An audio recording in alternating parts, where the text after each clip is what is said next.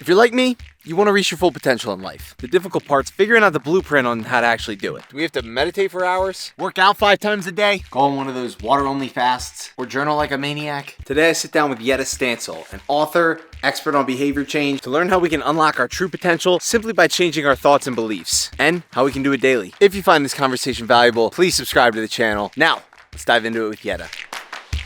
So, I'm looking at my post-call breakdown last time. The first time that we actually talked. And this is what my post-call breakdown says. Being more does not mean that you have to stop doing. Spend more time being present, mindful, and then think. Put the thoughts down on paper. Think about your thoughts, feelings, and emotions and put them into action. We have the power to change our minds, the way our brain works, and the way we live our lives. And we can literally rewire our brain and how it works. That was what I wrote down after our group call that we had last year. And I also learned that my life path number, which I had no idea what a life path number was number 6. And that says that these folks will feel fulfilled in a career that allows them to help others and be creative simultaneously, which is like spooky, like what I'm doing in my life right now and what I had always wanted but didn't know that I wanted. And then my brain type is also 6. So this is all stuff that I didn't know existed until after I had met you last year, which all of like the character traits of a brain type number 6 and a life path number 6 are scary, like in alignment with how I actually think and feel, react to certain situations. So I just wanted to say how crazy that stuff was once you were able to kind of like help me work through that, where you didn't even know you were helping me with it. So yeah, isn't that's the beauty stuff. of how all this stuff works. I love it. The dots connect, we show up, and that's the power of the present moment. When we're in it, you've heard me say this before, but the client is the moment. That's what I've learned in all of my work is I am here to serve the moment, not me, not you, not the listeners, not anybody else. And when we fully trust the moment and the power of presence to guide us, it's a game changer. Total game changer. Yeah. So I love hearing your notes. So where did you get introduced to all that, by the way? Like the life path number, the brain type, the neurological science between, our brains and our thoughts and the patterns that we have and how that relates to the way we think and the way we act, the way that we live our lives? Yeah, that's a great question, and I'm actually pulling something up that a client sent me today, which I think is spot on.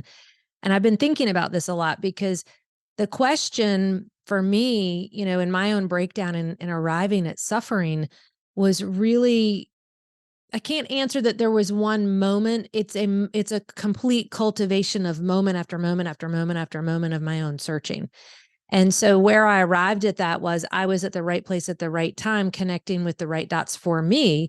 And as I was going through that and I was learning, the question I was asking is, how do you do the work? Why isn't it working for me? I'm showing up everywhere, every place, doing everything everyone else is doing, but it's not working. Why isn't it working? And so that's where I realized there's a problem. There is a gap here in the personal development space. And as an entrepreneur, my question was, why isn't it working? And what's the problem? No one is asking the question to do something different to get a different result. And we weren't, and we aren't in a place of in personal development. We're not in a place of empowerment. I mean, empowerment doesn't sell because if you empower people, you can't control them. So that piece right there really led me to a lot of, unending questioning and unending answers, and then sitting in just the depths of myself and connecting the dots. And I did ask the question, not only how do I do this for myself, but I realized in how I was arriving at the information that somehow something was working through me to create a process to say, this is a process everyone else can do, but they're doing it unique to their own human story, their own human design, their own human brain, their own psyche. So imagine asking a question and creating a solution that is a framework to allow you to do it in your own uniqueness as is, and everyone else can. So we're doing a process, if you will, but you're not doing what I did to get what I got because you're not you. So as I would find all these cool resources, I did them all. and they're all fascinating. What I realized was they were all really incredible tools for self-awareness.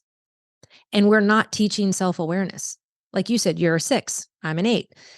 We were born in different moments of time, different generations, different experiences.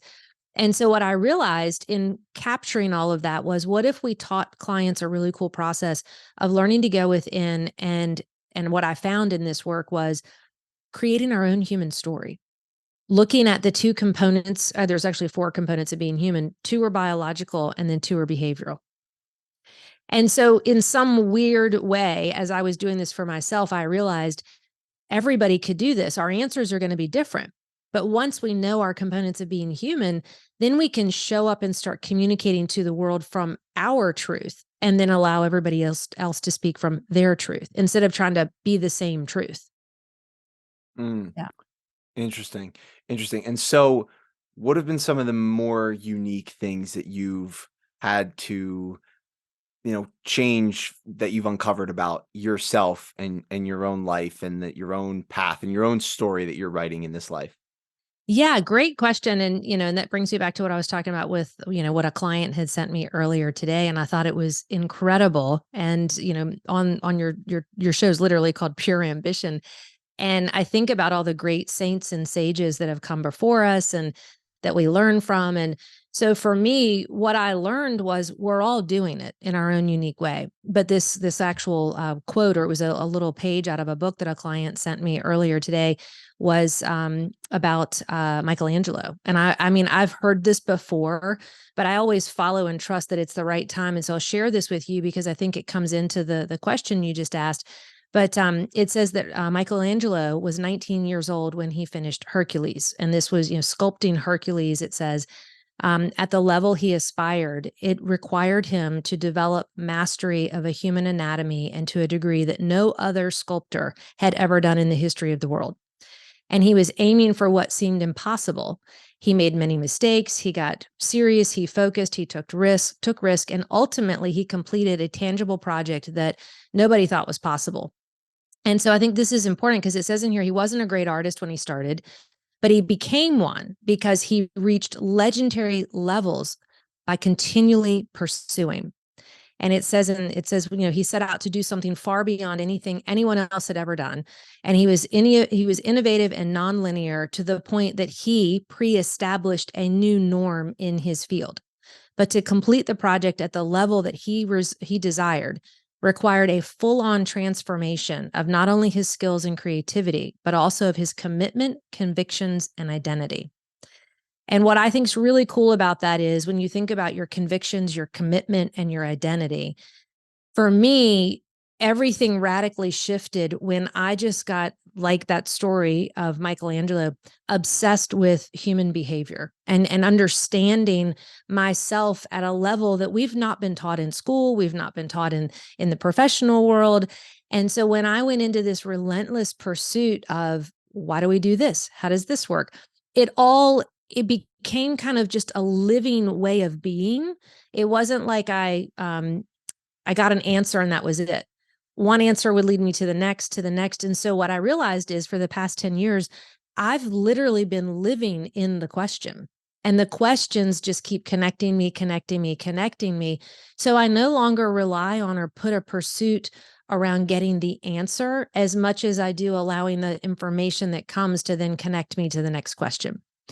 And that for me was a radical game changer, to be so curious and to be so willing to sit with the question, that it changed a whole way of how I started being with myself and with other people.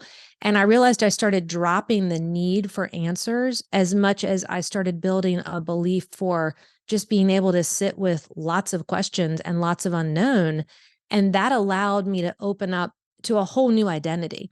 And so through this work and through what I started doing, was everything transformed for me. But I didn't realize it until, I would say, even recently, as I'm now out kind of in the world talking about it more since we first met a couple of years ago. During COVID, I kind of went into this deep, really deep introspective space. I thought I was already there because my book and my coaching and my course had already been created. But over the past 2 years, almost 3 now, I've gone even deeper into the question. So I guess to answer your question, I'm going to give another question. I've just started learning more about living in a place of curiosity. And even though I know a lot about myself and I want to help teach other people that now, I feel like I'm able to sit with it more, and the pressure of me being present with it isn't as intense as it was when I was believing it was all about doing something. So that's really how I've kind of arrived at my own identity in the work that I've been doing is I'm just getting a lot more interested and a lot more curious. Mm, And I love that because it feels great. right. Letting your curiosity drive kind of everything that you do in life is, I think, really important too. Because we grow up in a society where we're constantly told like what we should read, what we should listen to, what we should watch, like I never wanted to read at all as a kid just because I was always being told like you need to read this for summer reading and like this, that, and the other. But when you actually have like the freedom to let your curiosity like take you to a certain book, Yeah. that's when you find that like actual drive of like, oh, I'm actually interested in this. I want to learn more about this. And that's kind of when you find Yeah. that passion for what you ultimately wanna do in life. Does that sound like Yeah, exactly. And right? yeah, and I think about this, and it's a question for you and for the listeners, and even for myself ongoing is at what point did someone tell you to shut up and sit down and get quiet and disappear and become something that you're not? When you would get in trouble? Yeah. When you Yeah, do because something quote unquote I wrong. yeah, Yeah. and I go back to empowerment. So empowerment doesn't sell because when and it's not to put blame on anybody, our parents, our caregivers, the people that love us did the best they could to take care of us, but they were unconsciously passing their suffering on to us, and then we pass it on to other people. And so this belief that life is hard and we have to suffer, and then all of a sudden we come into the adult world and we realize, for me the question was, the half of 90, actually, I'd say more than half, almost 90% of the crap I'm carrying around into the world isn't even mine. I don't want it anymore. I don't want your stories. I don't want your suffering. And so the best way for people they think, to get out of their suffering is to silence you. And so you just shut up and sit down. And so we've learned that this belief around silence is bad. Being silent, but my parents used to put me in a chair in the corner in the kitchen. They'd make me face the corner, and I couldn't. The family's all having fun behind me, and and so what I realized in doing this work was I know how to be silent when we're punished. Exactly like you said, Dom. When we're punished, we think silence is a bad thing because it was used as a way to shut us up. And so my question now for myself and my clients is, you know how to shut up and sit down, but we're going to rewire the belief that it's not in a form of punishment. And I think that's why we don't go within, because we are afraid that silence and stillness is bad because we equate it with some type of reprimand. And so what if now you could let that power and ability to go within, to shut up and sit and go within, what if it could allow you a place of inquiry and freedom to really go, but who am I? What do I really love? Do I like that kind of food? Do I want to read those kind of books? What? And so this freedom to really be ourselves is not a belief that's a social norm in the world, because we haven't cultivated that. It doesn't make people money. And so now I think the world, because of COVID, because of the racial reckoning, because of all the things that are happening, beliefs are breaking before our very eyes. This new social norm is coming in that's calling for this whole idea of, I just want to be me. And I want to just show up, and people like me for who I really am, not for something I do. And so, yeah, I love what you just said there, because it is so true. We can really be ourselves, but we have to learn how to do that, and we have to give ourselves permission and each other permission to be who they are. Because you've been drinking the Kool-Aid of somebody else's truth, and so have I, and so has so many people in the world. What would it look like if we all woke up and realized this is who I am, and we allowed everybody else to go, and this is who I am, and that's enough? It's a game changer. And so that's the space that I really like working in with clients now, is really getting into that place of curiosity and liberation. And and and and think about this too, because you've been in this work for a while now, and I love that you're doing the work at the age that you're at, because your whole trajectory of your life is already 10x higher than where I started at your age. So where you're going to go, knowing this foundation is built even higher, is so cool. But imagine being able to just go out in the world and to just be in that place of empowerment and awareness at a level that you can do whatever you want to do. But the truth is, no one will ever take away you being who you really are. The freedom that comes with that is just crazy. So imagine living a life where that became the social norm. I think it's fascinating. It's extremely fascinating because today we live again in a society that promotes just doing, doing, doing. And I want to like something that again that I wrote in my journal from last year was you can do and do and do until the day you die, and you still might not get there. And that to me hit really hard, right? Because Yeah. what happens you're 25, 35, 45, 60, whatever else it is, like you work and you work and you work, and then ultimately what if one day, you know God forbid, but like you find out you only have 6 months to live, you only have a year Yeah. to live, like what was that? Was it Or all what if worth you it? don't have a chance to even know how much time you have to live, and just like that, it's done. in an Nobody ever says instant. at the end, I really wish I would have done more. They say, I really wish I would have been with people more or been present and so when we are now in this question, and I think your generation is spot on in asking these really powerful questions and putting content out there is, can I be myself? And, doing is fine. I mean, the law of action is real, but you need, in my opinion, I inspire clients to say, let's operate and act from a place of true inspiration. And when that inspiration comes, something is coming through you and expressing itself as you out into the world. And so, yes, you have to take action, but what if it was inspired action on the truth of who you really are? When we just act from someone else telling us, do this, do this, do this, one of the handouts that I have out right now online, I have it in there and I say, you'll never get there by doing alone, because no one ever tells you to read the fine print that says you'll never get there. You'll get so addicted to doing, and that's what creates the rat race, the stress, the anxiety. And then when we can't balance that energy, then we start to shame it away, blame it away, shop it away, sex it away, you name it. And the energy is so imbalanced. So we need to be doing, but that doing needs to, in my opinion, come from being. And there's a marrying there. So I'm not saying don't do anything. You can't just sit. You'd be a glowing blob on the floor if you were just saying, I'm just going to be today. It's an integration of cultivating the being. So when you're out in the world doing, it's coming from that alignment, and that ambition, that pure ambition that people are seeking is really to be in alignment with oneself. Cultivating self-awareness, self-love, self-acceptance, self-regulation, self-empowerment, all these self-words. That's where I believe leadership development and personal development are headed. Because people like you and your listeners are out there going, I don't want to do what my parents did or what the world is doing. It's not working. It's screwed up. It's broken. And so, yes, I think we're moving into a new paradigm, a new shift. And, and I shared, that story about Michelangelo. I mean, all of us could go to that level of really honing in an expertise. But what if we did it with a honing in on expertise of who we really are? And I don't mean selfishness and this self-absorption. I'm talking about just self-inquiry.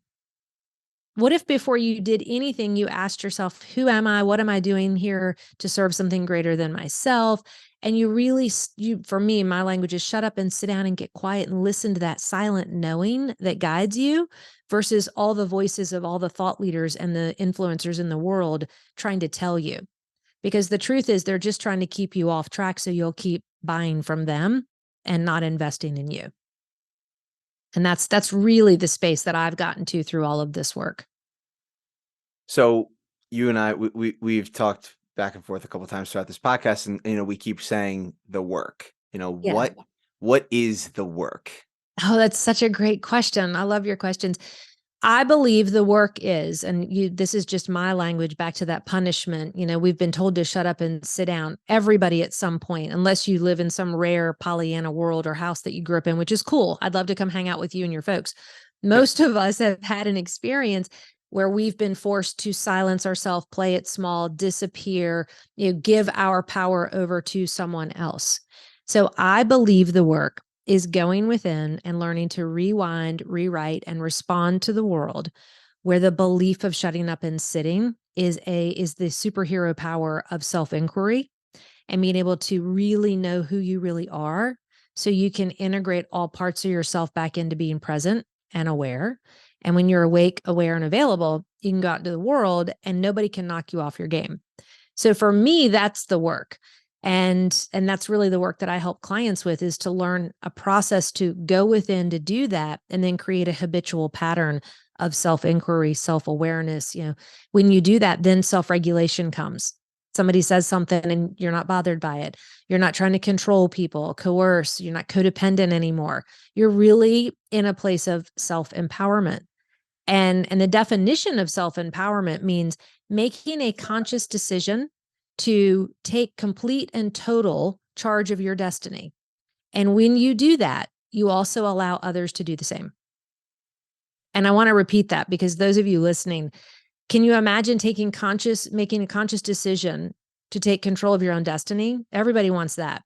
But the most important part is the second part, and allowing others to do the same. So you're not running around going, you got to do this to get that.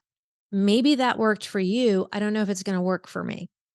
See, we're allowing people permission to walk alongside of us on their journey.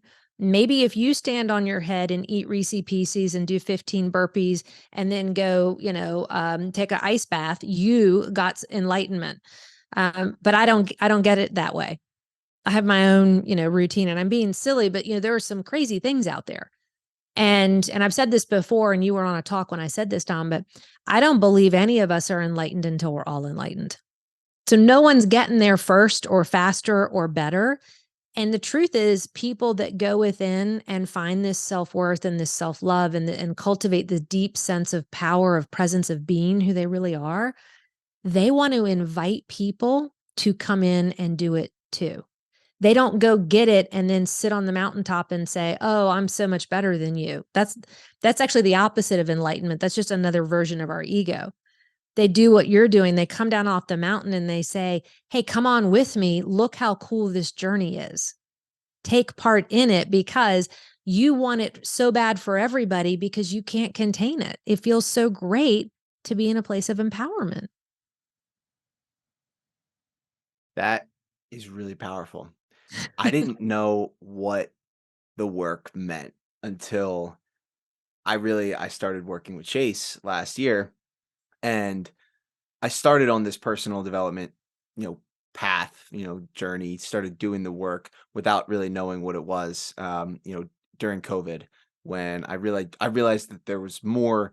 I had this feeling in my gut that I was meant for more in this life, but I was never given the space, or I never created that space, rather. I never created that space to actually think about what it is that I wanted in this life, what, my icky guy was, what the world needs, mixed with how you can make money, mixed with what makes you happy, and whatnot. So I never had that time to do that. And if COVID never happened, I would have ended up sitting in a cubicle somewhere, Mhm. just because that's what everybody else was doing, and just following that path of, oh, I'm a business major. Okay, I'll just go do business, sales development or whatever. And there's nothing wrong with that at all. I had an internship in a big Fortune 500 company, and it was great, but at the same time I realized that that wasn't what I was being called to do, because all day long, while sitting there in my basement on a laptop during COVID in the summer,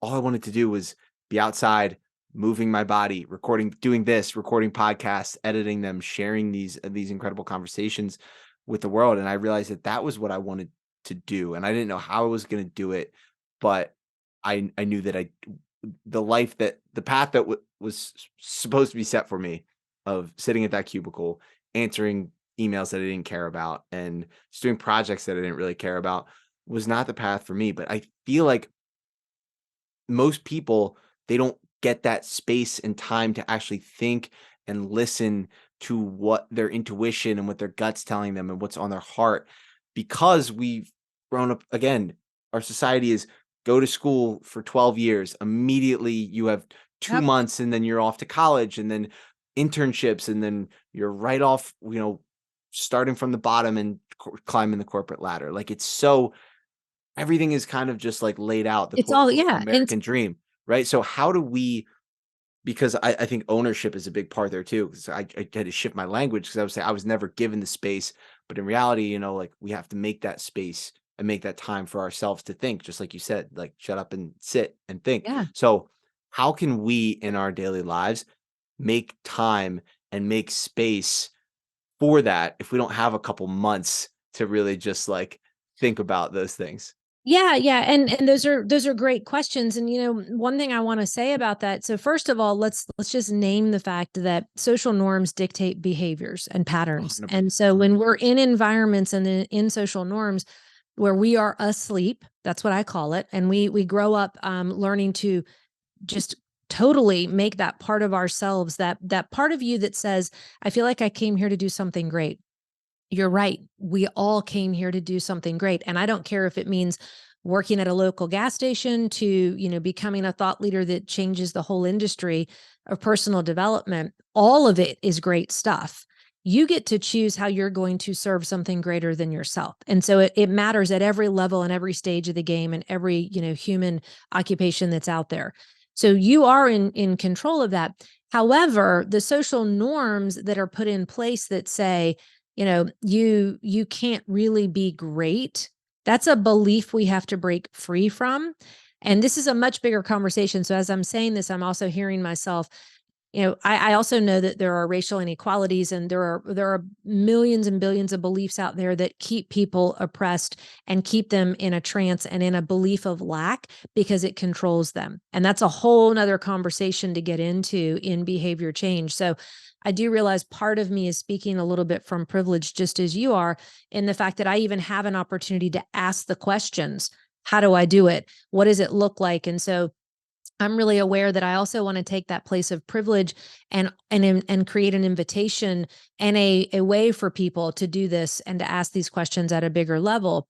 And so when you think about asking these questions and waking up, it's the waking up that's the most important part. So the trance of getting information, doing the next thing and doing what everyone else is doing, that the masses are going that way. To break free from the masses, to be a rebel, to be an entrepreneur in your own personal development is a lonely, hard, very high risk place to operate and to live and to be. Because the masses are turning left and it looks like they're having the best party of their life. And then there's a handful of us that are going, I think I'm going to turn right. And we may go months, weeks, days, years without bumping into another soul. So it is a lonely, and it's back to that quote I said that the client sent me today about Michelangelo. And it said in here, it said he had to risk everything to attempt his project and that he was required to learn and develop unique knowledge and perspectives at a level that nobody in his time period had ever done. And completing this project, everyone thought he was mad, he was crazy, he was insane because he wasn't doing what everyone else was doing. And so I think there is a level of not only asking the question and heeding the call when something wakes you up, but it's digging so deep inside of yourself and believing in nothing. I mean, there have been moments in my journey where there's been nothing to validate or give me any proof that where I'm going is the right direction and what I'm doing is the right thing, because that's not what the world wants me to believe. And so I think it's important that we have to wake up. And B, it's important to put content out and to be around people who are asking the same questions and doing the journey and giving, not saying like, oh, you got to do what I'm doing and go where I'm going. But, when we bump into people on that road, give them some encouragement and some kindness and let them know, keep going. It feels like we're falling away and leaving the world. But the truth is, just like in Michelangelo's case, we are coming closer to and creating something new at a level that we probably don't even know as we're sitting here and talking, that is going to change and impact the world in ways that the world is asking. Can we wake up and can we grow and evolve into the truth of allowing and accepting people for who they really are? And so I think just the space that we're in right now, that those are some powerful places to be. But it's solo work that can't be done alone. I feel like a lot right now. I talk a lot in paradoxes lately, which is is I love it, but the world probably is like, why are you talking in two truths? Because isn't it really true that our work is to come to the middle and allow everybody to just be where they are? Mm. And so I need to be alone, but I also need to be with people. I need to ask questions, but I'm also looking for answers. I need to be quiet, but I still need to stand up and be who I am and speak that in the world. And so when we really go deep into do this work, we find that we can live in between the polarities and we're no longer called to swing to one or the other. There's no safety in that. The safety is in the middle of all of it because just like in the hurricane, the eye of the storm is the most calm place. So I think just in that awareness and what you're saying, it brings me to those thoughts. But you have to risk a lot to go against the grain and say, I'm going to sit in my basement with my laptop and I'm going to create videos and I'm going to, because that longing, that yearning of who you are, nothing is going to satisfy it other than giving it permission to be it. And the contrast is a teacher to tell us that's not it. Right. That's not it. Don't lay your head down here, Dom. Don't stop because this isn't it. The only place you can lay your head is in your own psyche on the awareness of the truth of who you really are. And that is a big ask. It's deep work. And it requires a relentless conviction and commitment to fall so madly in love with ourselves in a spiritual way, not in an egoic way, but in a deeply spiritual way, that we will stand up and fight for ourselves when nobody is for us and everyone is against us. And that's something we have to learn, and we don't learn it till we go within to do the work. I don't think. Man, that is heavy stuff. So you came out with something called the top 10 essential habits for personal growth and how to create exponential success in business and life. And it's really interesting, the 10 that are here. And what I love about them is you give like practical ways for you to actually practice these things. The first one being mindfulness, for example. Great. You hear that word all the time. It's like a buzzword, mindfulness. Like a lot of these personal development words are Yeah. so they're buzzwords, they're sexy and whatnot, but there's not What does it really really a lot of mean? information. Right, exactly. And, Yeah. and how do you actually apply that to your daily life to actually see growth and see yourself and your quality of life, the quality of work that you do amplify, rather than just paying for another course or reading that Yeah. next book or another Yeah. podcast. So how did you come up with these 10, and is there a reason why you placed them in this specific order? Yeah, another great question. Thank you for asking that. And, when I went through doing this work in my own breakdown that led to this breakthrough in why isn't what I'm doing in personal development working? What I realized, I've wrote a book about this framework and model of learning to shut up and sit and go within. This, your listeners may or may not, but from my bio, they can go read it. My first background and first career that I worked in was in the health and wellness industry as a trainer, health coach, life coach. And so the idea of my first career was built on behavior change. And so I could change anybody's behavior. That was not the issue. I know so deep the intricacies of how the human behavioral patterns and habits and all this stuff works. And so when I went in to my own breakdown, I was in my second career is what I call it, where I was in entrepreneurship, leadership development. I was doing a lot of coaching and consulting and turning thoughts into things is what I would tell people. And so in that space, there was all these, fancy words and I think this is where I realized in leadership growth, it's different than personal development. People at that time weren't saying, they were like, well, just tell me how to be a better leader, but I don't want to talk about who I am as a person. COVID broke that wide open. And then my third kind of career that evolved and it kind of came together in the culmination of COVID was I went into a deep dive around mindfulness and around really understanding silence and stillness. I got multiple certifications in mindfulness, meditation, all this stuff. So I would tell you, and I'm telling you this, but I'll connect it back. I have 14 coaching certifications in those three buckets as a result of the inquiry and curiosity. And when I think about that Michelangelo statement, I don't talk about this a lot. The number of hours of certification, over 10,000 hours coaching clients, all of my continuing education falls in the top 3% of coaches in the world. And I didn't know that. The people that govern that pointed that out to me. And I was like, oh, that's cool. But I've just been doing it for so long. So I give you all that to say, I was so deep in the question that when I came up with these habits, I actually realized I was teaching in my coaching the top 10 essential skills that create these habits. These aren't habits that are out there in the leadership growth language or the personal development space. They're out in different silos, if you will. But I remember someone talking about mindfulness, and I was like, well, okay, so what is mindfulness? And a lot of people's perceptions around mindfulness was that it was this, Eastern, Buddha sitting under a tree. And if I meditate, I become more enlightened. I know a lot of jerks who meditate religiously, but they didn't change their behavior. And so my point in bringing mindfulness into these habits was I wanted to help people understand what mindfulness really is it's practicing being present in the moment and paying attention to your thoughts and emotions without judgment so you can cultivate self-awareness. And if you're doing that, then what happens is you will show up and be present with other people and pay attention to your thoughts and emotions about them without judgment. And you will be so self-aware of what you're thinking about the other person, you will then choose to think thoughts of kindness, of connection, of compassion.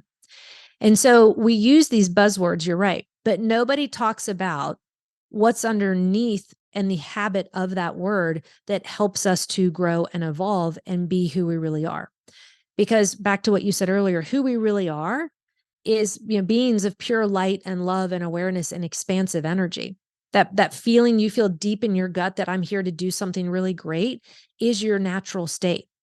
Mindfulness in the commercial world is going to a studio or finding a habit, and then all of a sudden you become attached to your meditation practice, but you don't drop down deep enough to really cultivate the habit of mindfulness. You're just doing mindfulness. But could you imagine having a habit where you learn to be mindfulness? Then you would be presence and you would be without judgment, and you would be pure self-awareness. And that's that light, that feeling you feel inside yourself. Self-awareness just is. And I thought, well, why aren't we talking about these habits?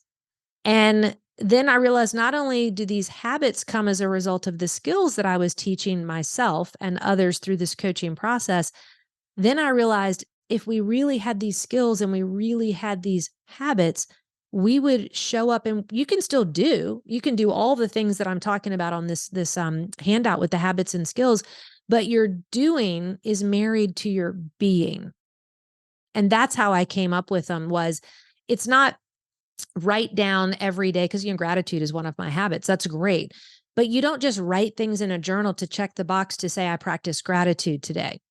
You really create the habit of gratitude to cultivate the skill of self-love. And then when you cultivate the skill of self-love, guess what shows up as a habit? Gratitude. So there was kind of this infinity, and I talk about it more. And for your listeners, we'll talk about it at the end. You can go to the website, get the handout for free. I just felt like it just came. It came through the relentless pursuit of asking the questions of what's missing, what's not being taught in personal development and leadership growth that really takes us to, this, everyone loves this 10x, and I thought, well, the power of 10 is great, but 10 skills to the 10th power is the visual I use. Could you imagine cultivating the 10 skills that create the 10 habits? 10 to the 10th power is a really big number. That's how you really put your personal development into warp speed. So that's how I came up with them. And they're based on science. They're based on questions. They're based on major research, thought leaders. But my work is an integration of, saints and sages and science from, all of time. And I really went into my own kind of Jackson Pollock mad woman, just pulling all the pieces and then sitting in COVID, like you were in your basement. And, I was in my house sitting with thousands and thousands of pieces of data and information, and then just putting it all down and shutting up and sitting and then asking to hear how to put it together. And this is what I heard, and this is how it was created. And I wish I could give you all the answers, but that was the process. And I allowed something to move through me. And then I followed that wisdom to connect to something to say, okay, let's try that. And then, of course, coaching clients over the years, I've seen it work over and over and over and over again to change people's lives. I love how you say also in the handout that personal growth is a lifelong journey and there's no one size fits all approach. What has your personal growth journey looked like in terms of when you first started? Maybe some of those daily practices and habits that you had to cultivate into your life, and how has that evolved over the many years of coaching clients and your continued personal development journey? Yeah, so when I first started on this journey, it's so funny, and I've told this story numerous times, and you may have heard it before. I can't remember if I shared it with the group, but it's on one of my podcast episodes. But I started, I would say 10 years. I mean, I've always been in the development space of personal development. Like I said, I'm 50 years old. I'm in my early 20s, and I'm, doing training and nutrition and health and well-being. And so this has been my whole life's work. It's just evolved past physical fitness, then into mental fitness, and then into spiritual fitness. I feel like in those three kind of buckets I mentioned. But when I started really doing the deeper dive within was 10 years ago. And I went out to a workshop in California, and I actually was with Deepak Chopra. And I went with my mom. There were 100 people that registered, so it was a really intimate event. Deepak was there, and so I'm watching him, listening to him. He's one of my favorite teachers on the planet.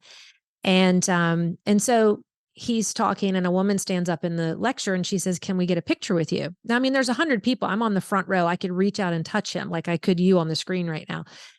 And I thought that was cool. Just being in his presence that close was amazing. And he goes, "No, I can't take a picture with you, because then if I do that, I got to take a picture with 100 people." And I was like, "Then fair enough. That makes total sense."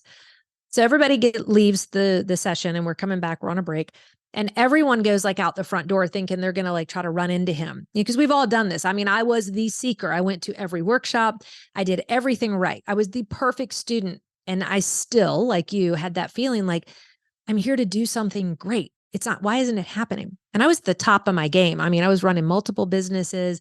I was married. I had the dream husband, the dream career, the dream kid, the dream car, the dream house. I had it all. I was on the cover of magazines. I mean, I was like, I'm going up.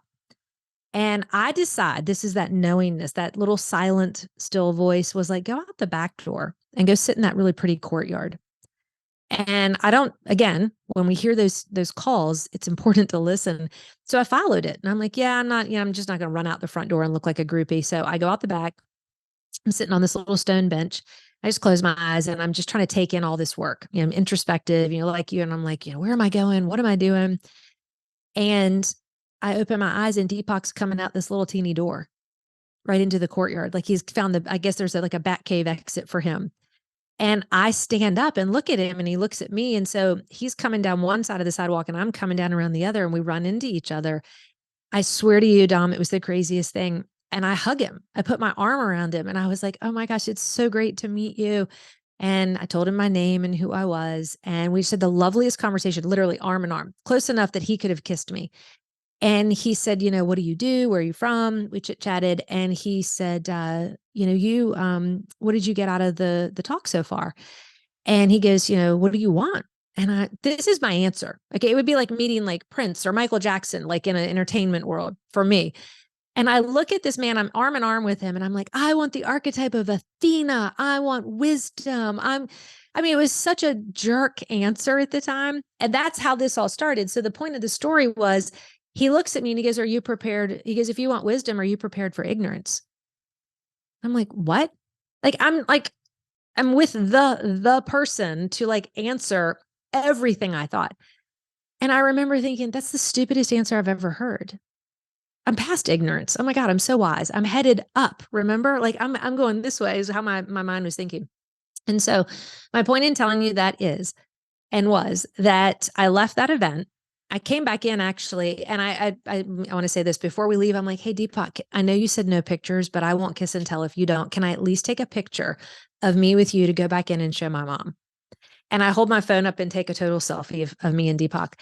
And I go back in, and my mom is sitting there, and I just like slide like on the download, like open up my phone and show her the picture. And she's like, "What?" And so I thought I had arrived. I had talked to Deepak. I was going all the way to the top of the mountain. I came home, my marriage fell apart, and businesses fell apart. Everything fell apart. And it took me years to realize I had to go within to find the ignorance inside myself before I could ever find the wisdom. And so when I first got home, I thought, all right, I'm going to convert the downstairs spare bedroom into a meditation room. I'm going all in. I meditated with Deepak. I've got the archetype of Athena in me. I'm doing this. And I built this massive shrine in this bedroom. And so this is the answer to the story of how it all started. I would go down there every day. I had a little door hanger that was like, do not disturb. I'm meditating. I told my son, who was a teenager at the time, I was like, when mom's in here meditating, you don't come in, you don't interrupt me. I am in the deepest spiritual work. I am, I'm going all in. And so one day he comes running in the house and he was excited about something. And the door was closed and the hanger was up and I had my music and I'm in the lotus position. I'm holding my hands the exact angle, facing the right trajectory, focusing on my mantra. Like I'm doing everything right. Remember, because it's all about doing. And my son comes busting in the room and he's like, hey, mom, da da da da da. And I turn around and I go, I'm fucking meditating. And in that moment, and I turn my head and whip it back around, I'm like, oh. And my son comes up behind me and he puts his hands on my shoulders and he kisses me on the top of my head and he goes, namaste, mommy, namaste. And he walked out of the room. And the whole point of that story is I thought I was starting in one direction and going one way. And I was doing all the right things. But the truth was, in that moment, my son showed me that he was being who he was, which was just pure love. And I got up from that meditation and I called my best friend and I said, come get all this shit out of this room, out of this shrine that I have built. And that was the moment I said, I want to be more of what my son just displayed and showed to me than I ever want doing what I just did to him in that moment. And so that was the moment I made the choice. I didn't have any idea where I was going with that question when I asked it. And I want you and your listeners to know that. It was the question that said, how do I go deeper? How do I bring that childlike wonder and joy and forgiveness? My son was all the habits and the skills on the handout that I give out for free now. He already was those. And that's how I started my work. I had the greatest moment in that teachable space where he showed me love and compassion. I mean, I dropped the F-bomb on my son sitting on a meditation mat. What in the world? That was the question that got me to go, this is not what I want to be. I want something different. So I started the journey thinking I was going to do all these things to get to a certain place. And 10 years later, the work has shown me when I let go of the attachment of the idea of perfection, of success, of enlightenment, it opened up a space for me to just trust the moment to bring me the right people, the right experiences, the right resources. And that's how I arrived at this moment speaking to you today is I started following what I didn't know and allowed myself to be in that space instead of if I had kept doing what I was doing, could I be in a place of success today? Maybe by the world's standards, but my definition of success has radically changed since then. I love what you said there in that your definition of success, because there is no one definition of what success is. And that's something that I've definitely had to learn the hard way, because you start on this path of, you want to do one thing and you realize like, oh, maybe that's not what I want. That's what I started working with Chase and I wanted to build this big health and fitness online coaching platform. And then I realized like, wait, I see other people who are having quote unquote success, but that's not really what I want to do. So Yep. then you got to find, okay, well, what's the path that I need to go on, and how do you figure out that path? Is you try stuff, you make Yeah. mistakes, you just gotta trial and error. It's a And huge you part. ask the questions, which I think is a great skill that Yeah, you have is you're showing up and asking the questions. And the truth is you're creating your own path as you get the next answer. It's a moment by moment awareness of dot connecting. And your path is literally being created as the definition of empowerment says, by making conscious choices. If the contrast shows you that this isn't what you want, okay, no problem. Let me pivot and see if that's what I want or if this is what I want. And so for me, the definition of success that I love, that I work with in my own world, but with my clients, is success is removing the barriers that prevent me from being fully present in this moment. Mm. So if I can just have present moment awareness, I can have success. And to me, that awareness allows me to open up to so many other things. Yeah, do I want impact and do I want income? Sure. Those are two things that I value greatly. I know what it's like to be poor and be on food stamps and not have money. I know what it's like to be over here playing it small and disappearing and doubting myself while everyone else is giving false answers. So now, being in a belief that's built on the foundation of these skills that I learned, that then created these habits that I have, I can now stand up and say, this is what I have to offer to the world. And when we ask, what can I do that serves something greater than myself? It changes everything. And that's what happened in that moment with my son. Who am I in this moment? Not somebody that feels like a really kind, loving mother. What am I doing to serve something greater than myself? Nothing, by being on this mat, thinking I'm reaching some level of enlightenment that no one else can attain. And so when I ask those questions, there are four, actually, I call them soul questions. There's four soul questions I ask myself every day in my own practice. And when I ask those questions, I don't try to get the answer. I just try to live the question for the day.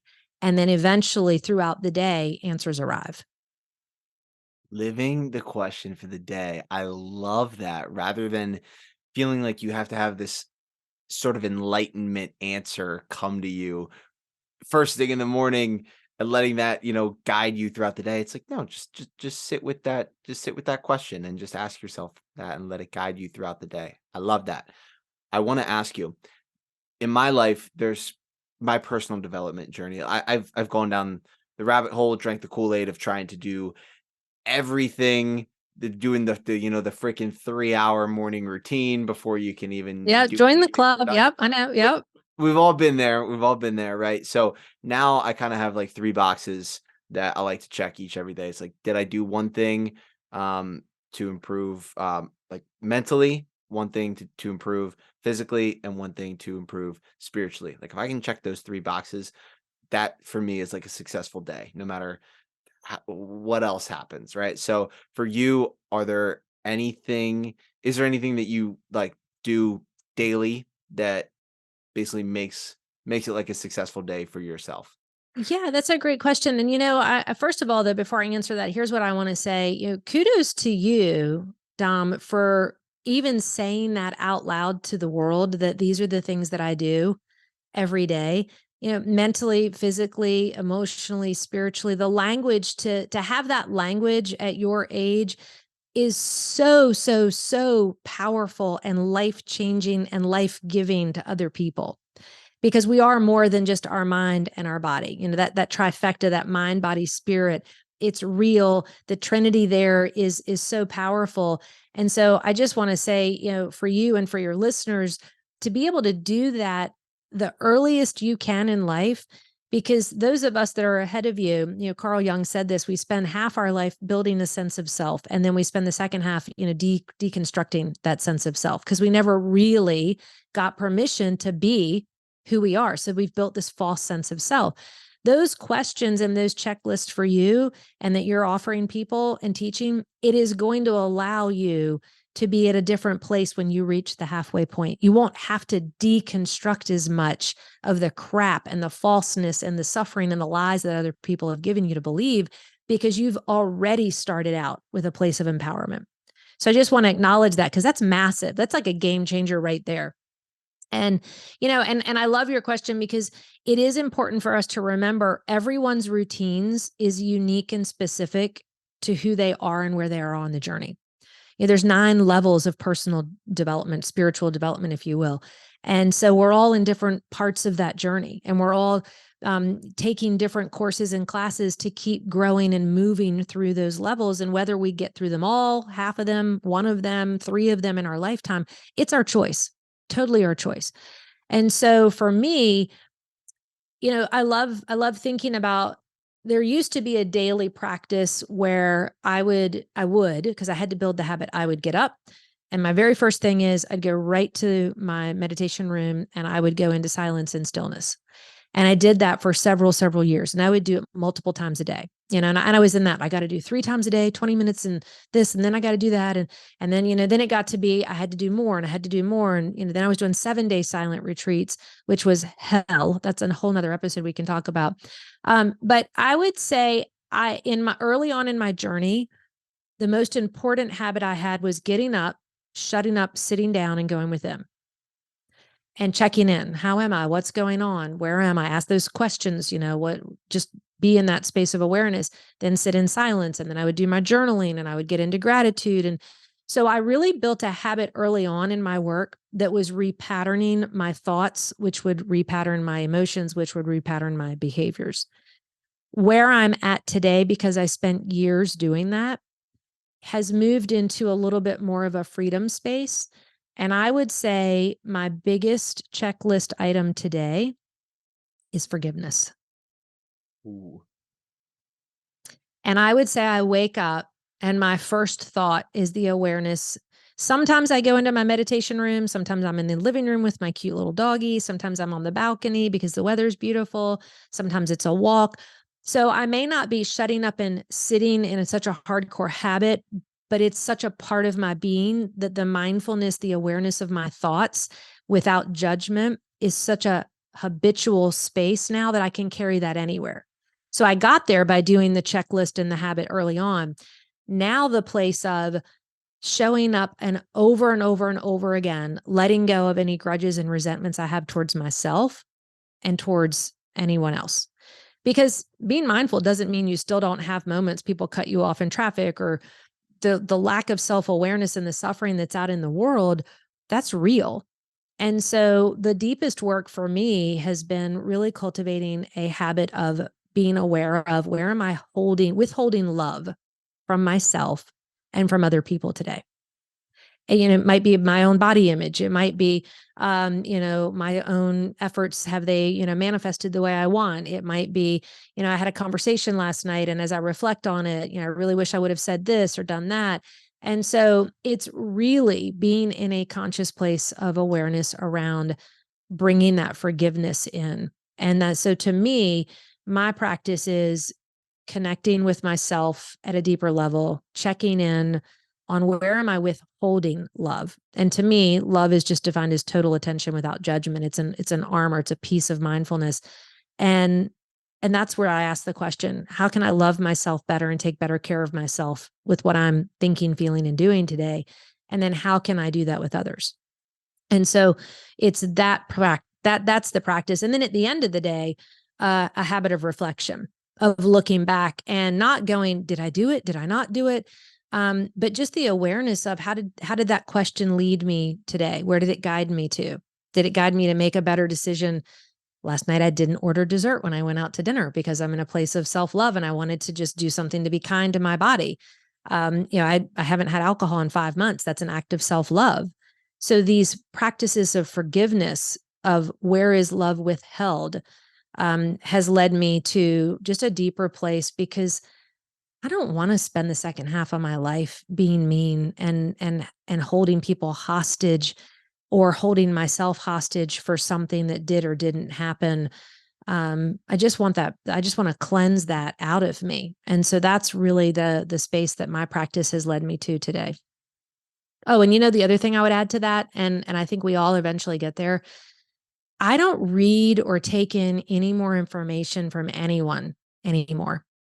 And I mentioned to you this to you with the talk with Chase we recently did. I think we are constipated on content in this space of personal development. Doesn't mean I don't want your listeners to read or listen to your show or find all the information out there is great. But where is the narrative release? Where's the space that you just get to let go of consuming and you get to let some of that content out? Is it serving me anymore? Is this belief? Is this theory? Is this framework? It served me at a point in time, but we're not meant to catalog every single piece of content and hold it all. You might use it for a season or a reason, but you can let it go and move on to another belief.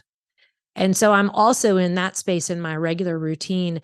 I'm aware of, am I consuming something or am I composting it and kind of letting it go?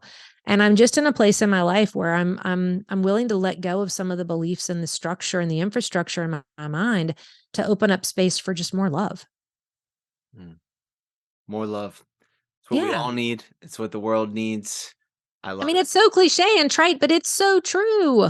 It If is. we really loved ourselves, and then we would love others. And if we really loved others, we'd love ourselves. And the hate that's in the world comes from and stems from a lack of self-love. And I'm talking deep spiritual self-love. Forgiveness doesn't mean we forget that someone harmed or hurt us. It means we remember the truth of who we really are and who they really are. And I don't mean to sound, like, oh, we're the light and we're the love, but we are. I don't know what that means. I don't know what that looks like. I'm not the all knowing power that is out there that's working through all of us. All I know is I just want to remember the truth that we are all connected, because we are all the same at that energetic, spiritual, metaphysical level. But on the physical form, we're all wildly unique, and we think that makes us different. But the truth is, it doesn't. And Mm. love connects us, forgiveness connects us, and we need more connection with each other in the world right now, not separation and suffering. That's what I believe. I'm on board with that. Yeah. I know Thank you are. I love you, Dom. I think you're you. great. I love the work you're doing. I'm so honored to be in a moment in time where we get to connect, and I learn from your wisdom and your innocence and your curiosity and your compassion and your willingness to show up and go against the grain and ask the hard questions and put out content like this, at your age is just, it's so needed. So keep going. This is me bumping into you on that really long, dry, dusty desert path going, don't stop. Keep going. And for your listeners, don't stop. Keep asking the hard questions. Keep showing up. Keep going. When it feels like it's all falling apart, it just means it's going to come back together in a totally different way. So keep going on the journey, on that pure ambition to go within, to find the truth of who you really are. My work is just another dot on the map of this whole piece. And this handout that Dom and I are talking about, you can go to standupmb.com and download it. It's a free handout. Yep, you give me your email for the handout, and I'm going to be honest, I will invite you to a free webinar, and at that point you can either say yes or you can unsubscribe. There's nothing else that's going to happen to that email. I want to help the world wake up and find this inner freedom and this success and this empowerment. And I want to help connect all of us that are helping each other to do that work.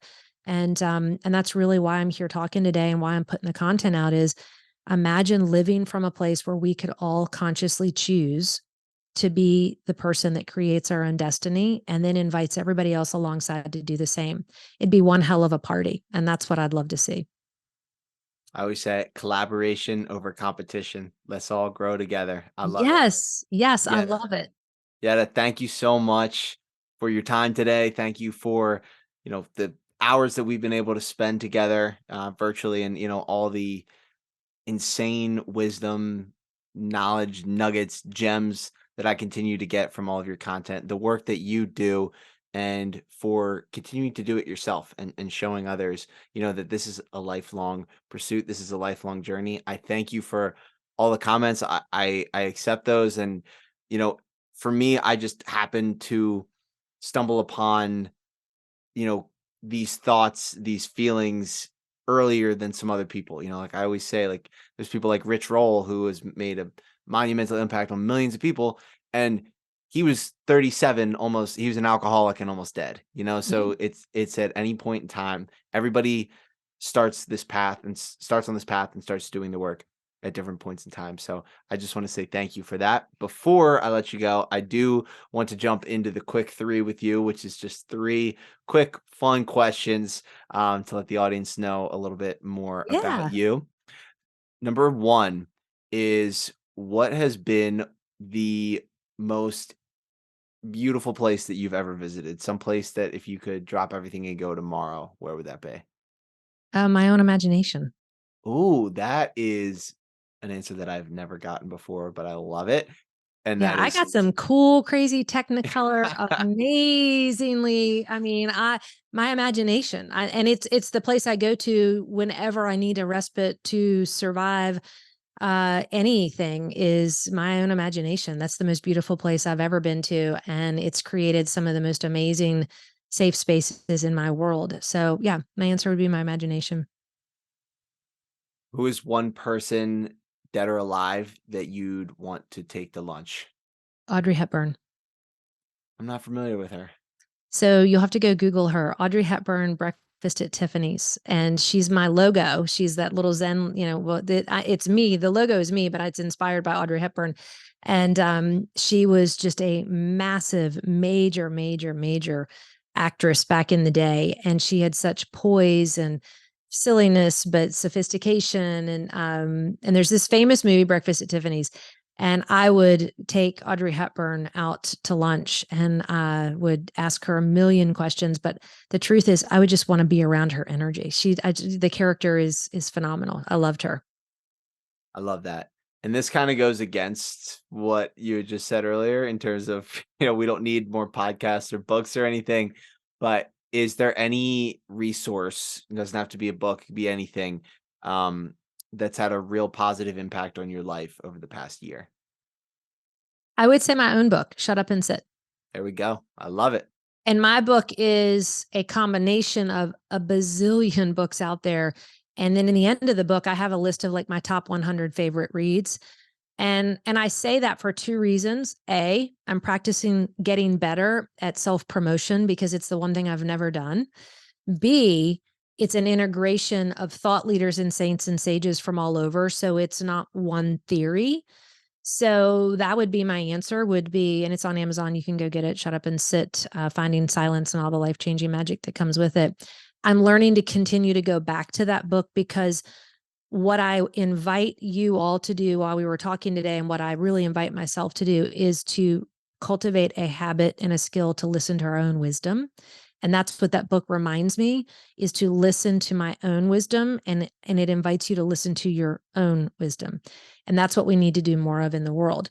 So I think if we listened and learned how to listen to that knowingness and everything we're talking about today, you're going to take parts and pieces. So are your listeners. So am I.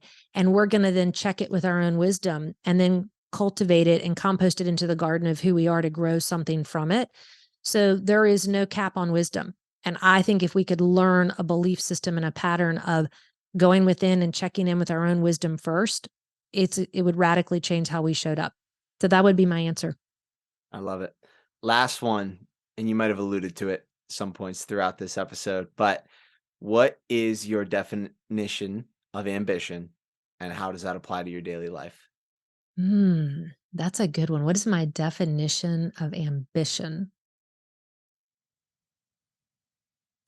I would say for me, I'm just thinking what it used to be, but what it is now, based upon what we've talked.